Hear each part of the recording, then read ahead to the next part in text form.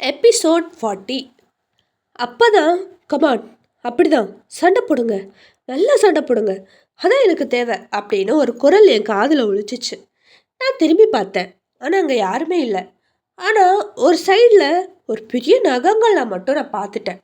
உடனே நான் அது யாருன்னு தெரிஞ்சுக்க பின்தொடர்ந்தேன். இப்போது அவங்களுக்கு தெரிஞ்ச மாதிரி நம்ம பின்தொடர்ந்தா அது புத்திசாலித்தனம் இல்லை. அதனால் அவங்களுக்கே தெரியாமல் மறைஞ்சு மறைஞ்சு நான் ஒளிஞ்சு போனேன். அவங்க ஒரு சின்ன குகைக்குள்ளே போனாங்க. நானும் அவங்க பின்னாடியே போனேன். உள்ளே போனேன். அங்கே போய் பார்த்தா எக்கச்சக்கமான சூனியக்காரிங்க ரவுண்டு கட்டி உட்காந்துருந்தாங்க. நான் உள்ளே போய் பார்த்தா ரொம்ப ஷாக் ஆயிட்டேன். என்னடா இது, இந்த காலத்தில் இவ்வளோ சூனியக்காரிங்க இருக்காங்களா அப்படின்னு நான் எனக்கு நானே பேசிக்கிட்டு இவங்களை பற்றி தெரிஞ்சுக்க நினச்சேன். ஏன்னா இவ்வளோ சூனியக்காரிங்க சுற்றி உட்காந்துருக்கிறது எனக்கு ரொம்பவே டிஃப்ரெண்ட்டாக இருந்தது. ஏன் அவங்க அப்படி உட்காந்துருக்காங்கன்னு தெரியலை. ஆனால் அவங்க பார்க்குறதுக்குள்ளாடி நான் எஸ்கேப் ஆகி வெளியில் வந்துட்டேன். எங்கள் ஊர் பக்கத்துலேயே ஒரு பெரிய லைப்ரரி இருக்குது. அங்கே போய் நிறைய புஸ்தகங்களை எடுத்து வாசிக்க ஆரம்பித்தேன். எனக்கு அந்த டைமில் எதுவுமே கிடைக்கல. தேட தேட தேட ஒரு இடத்துல நான் ஒரு விஷயத்தை பார்த்தேன். பல 100 வருஷத்துக்கு முன்னாடி சூனியக்காரிங்க இந்த பூமியை ஆட்சி பண்ணியிருக்காங்க. ஆனால் அதுக்கப்புறமா அந்த ராஜா ராணிகள் அவங்கள கொஞ்சம் கொஞ்சமாக அழிச்சிட்டாங்க. ஆனாலும் சில சூனியக்காரிங்களை அவங்க விட்டுருந்தாங்க. அதில் ஒரு சூனியக்காரியோட பேர் தான் தீப்தி.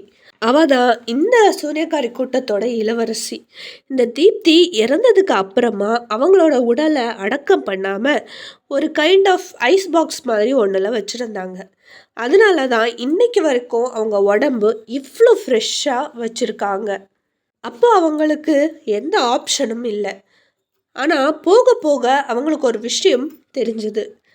அவங்களுக்கு ஒரு சுத்தமான, அதாவது ரொம்ப தூய இதயம் மற்றும் இரத்தம் இருக்க ஒரு உயிரை கொன்று அதில் இருக்க அந்த சோலை, அதாவது அந்த ஆத்மாவை கொஞ்சம் மந்திரங்கள் எல்லாம் சொல்லி இந்த இறந்து போன சூனியக்காரியோட உயிரில் வர வைக்க முடியும். அது மட்டும் இல்லை, இந்த சுத்தமான இதயம் கொண்ட அந்த மனுஷனோட ரத்தத்தினால அந்த சூனியக்காரிங்க எல்லாருமே ரொம்ப அழகாக இளமையாக இருப்பாங்க. அது மட்டும் இல்லாமல் அவங்களோட மக்களையும் அவங்க இன்னும் அவங்களோட இனத்தை பெருக்குவாங்க.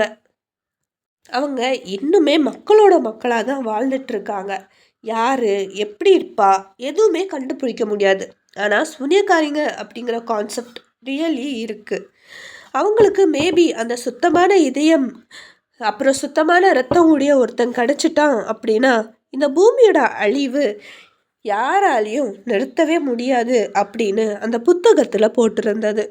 இங்கே சூனியக்காரிங்க எப்படிடா என்னை கொண்டு தீப்தியை உயிரோட கொண்டு வரலான்னு முடிவு பண்ணிகிட்ருக்க, நான் இங்கே ரொம்ப ஜாலியாக புஸ்தகம் படிச்சுட்டு இருந்தேன். பல கோடி வருஷத்தில் எப்படியாவது ஒரு வாட்டியாவது அந்த 2 சுத்தமான இதயம் கொண்ட மனிதர்கள் பிறந்திருப்பாங்க. அப்படி பிறந்திருந்தாலும் அந்த சூனியக்காரிங்களால் அதை பிடிச்சு கொண்டு இருக்க முடியாது. அவங்கள அட்டாக் பண்ணணும்னு நினச்சிருந்தாலும் ஒருவேளை ஏதாவது ஒரு இதில் அவங்க தப்பிச்சிருப்பாங்க. அதனால் நீங்கள் கேர்ஃபுல்லாக இருக்கணும். ஒன்று, உங்கள் ஃபேமிலி அண்ட் ஃப்ரெண்ட்ஸை அவங்க கடத்திட்டு போய் உங்களுக்கு அங்கே விரிக்கலாம். அதனால் நீங்கள் கேர்ஃபுல்லாக இருக்கணும். சூனியக்காரிங்களோட வேலையே அதுதான் அப்படின்னு போட்டிருந்தாங்க. சூனியக்காரிங்க அவங்கள அட்டாக் பண்ணாங்க, அவங்களுக்கு காயம் ஏற்படும். அது ஒரு ஆக்சிடெண்ட்டாக இருக்கலாம், இல்லை படியில் இருந்து உருண்டு விழுந்த மாதிரி இருக்கலாம், எப்படி வேணாலும் இருக்கலாம்.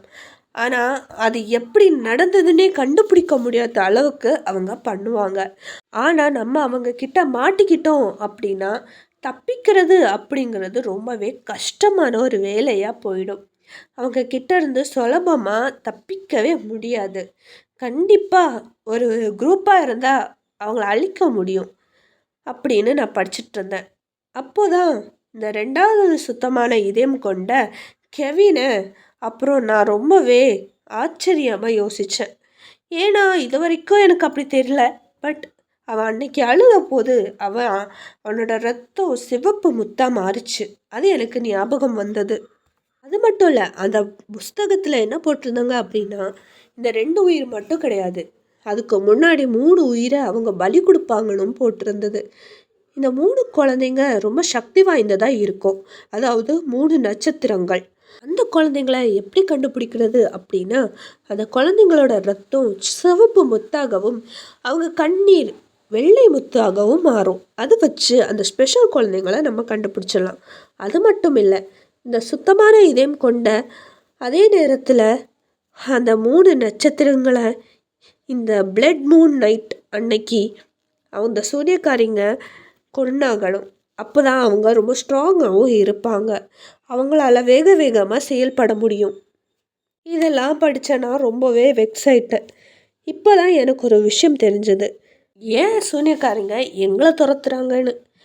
ஏன்னா அவங்களுக்கு தேவையான ஆட்கள் வேறு யாரும் இல்லை, நாங்கள் தான்.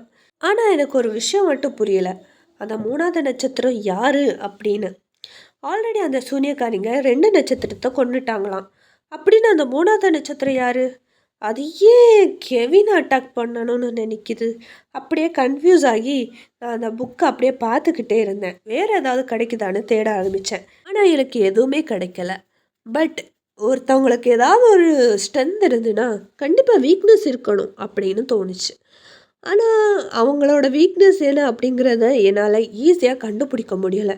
நான் மறுபடியும் மறுபடியும் மறுபடியும் தேட ஆரம்பித்தேன். ஆனால் எனக்கு அந்த டீட்டெயில்ஸ் எதுவுமே கிடைக்கல. அப்போ எனக்கு ஒரு ஃபோன் கால் வந்துச்சு.